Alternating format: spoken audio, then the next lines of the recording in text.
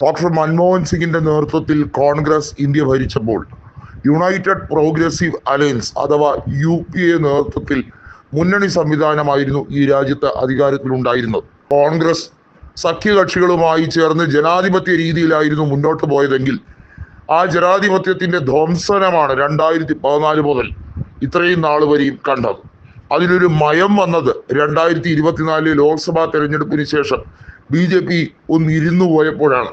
BJPക്ക് കേവല ഭൂരിപക്ഷം നഷ്ടപ്പെട്ടു എന്നത് നരേന്ദ്രമോദിയുടെ സമനില തന്നെ തെറ്റിക്കുകയുണ്ടായി. ഒരു വേളയിൽ നരേന്ദ്രമോദി പ്രധാനമന്ത്രിയാകില്ല എന്നതും ഒരുപക്ഷെ ഇനി ഒരു തിരിച്ചുവരവില്ല എന്ന രീതിയിലേക്ക് അദ്ദേഹം ഒടിഞ്ഞു മടങ്ങിപ്പോകുമോ എന്ന് വരെ രാഷ്ട്രീയ നിരീക്ഷകർ ചിന്തിച്ചു.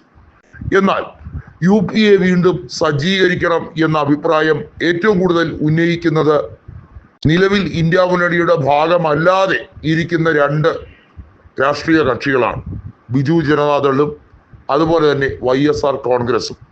അവർ പറയുന്നു ഇന്ത്യ മുന്നണി എന്ന ആശയം അത് വളരെ നല്ലത് തന്നെയാണ്, എന്നാൽ അതിനേക്കാൾ മികച്ച രീതിയായിരിക്കും NDAയോട് കിടപിടിക്കുന്ന രീതിയിൽ UPA തിരിച്ചു വന്നാൽ. യുണൈറ്റഡ് പ്രോഗ്രസീവ് അലയൻസ് ഉണ്ടെങ്കിൽ മാത്രമേ ഈ രാജ്യത്ത് ഇനി അധികാരത്തിലേക്ക് കോൺഗ്രസിന് തിരിച്ചു വരാൻ കഴിയുകയുള്ളൂ.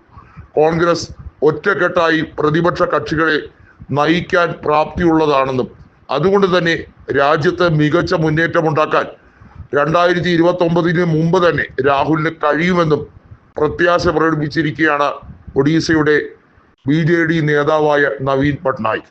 നമുക്കറിയാം, രാഷ്ട്രീയ വഞ്ചനയിലൂടെയും കള്ളത്തരത്തിലൂടെയും പല സംസ്ഥാനങ്ങളിലും അധികാരത്തിൽ കയറുന്ന BJP ആ രാജ്യസഭാ സീറ്റുകൾ മുഴുവൻ തൂത്തുവാരുകയാണ്. ഇത് അസഹനീയമായ ഒരു കാര്യമായി തന്നെയാണ് പ്രതിപക്ഷ പാർട്ടികൾ പറയുന്നത്. UPA സർക്കാർ തിരിച്ചു വരേണ്ടത് ഈ രാജ്യത്തെ മതേതര വിശ്വാസികളുടെ ഏറ്റവും വലിയ അഭിമാന പ്രശ്നമാണ്.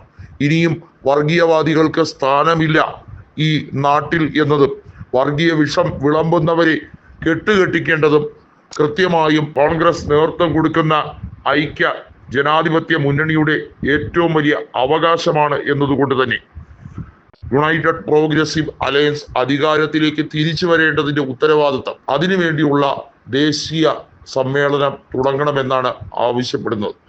ഇത് നേരത്തെ ഉദ്ധവ് താക്കറെയും സഞ്ജയ് റാവത്തും അതുപോലെ തന്നെ ശരത് പവാറും ഒക്കെ രാഹുൽ ഗാന്ധിയോടും അതുപോലെ തന്നെ കോൺഗ്രസ് അധ്യക്ഷനായ മല്ലികാർജുൻ ഖാർഗെയോടും വ്യക്തമാക്കിയതാണ്. എന്നാൽ ആര് ചെയർമാനാകും, ആര് അത്തരത്തിൽ സ്ഥാനം വഹിക്കും തുടങ്ങിയ നിരവധി ചർച്ചകളുണ്ട്. യുണൈറ്റഡ് പ്രോഗ്രസീവ് അലയൻസിന്റെ ചെയർമാനായി ഏറ്റവും കൂടുതൽ നാൾ ഇരുന്നത് സോണിയാഗാന്ധിയാണ്. എന്നാൽ UPA സംവിധാനം തിരികെ കൊണ്ടുവരുമ്പോൾ അതിനൊരു വനിതാ ചെയർപേഴ്സൺ തന്നെ ആകണം, ആ ഒരു കീഴ്വഴക്കം ലംഘിക്കേണ്ട എന്ന പൊതു മിനിമം ആവശ്യം എല്ലാ പാർട്ടികളും മുന്നോട്ട് വെക്കുന്നുണ്ട്. കോൺഗ്രസിന്റെ സഖ്യകക്ഷികളായി കൃത്യമായും ഒഡീസയിൽ നിന്നുള്ള BJDയും ആന്ധ്രയിൽ നിന്നുള്ള YSR കോൺഗ്രസും കോൺഗ്രസിന് ഇതിനോടകം തന്നെ പിന്തുണ അറിയിച്ചു കഴിഞ്ഞിരിക്കുന്നു.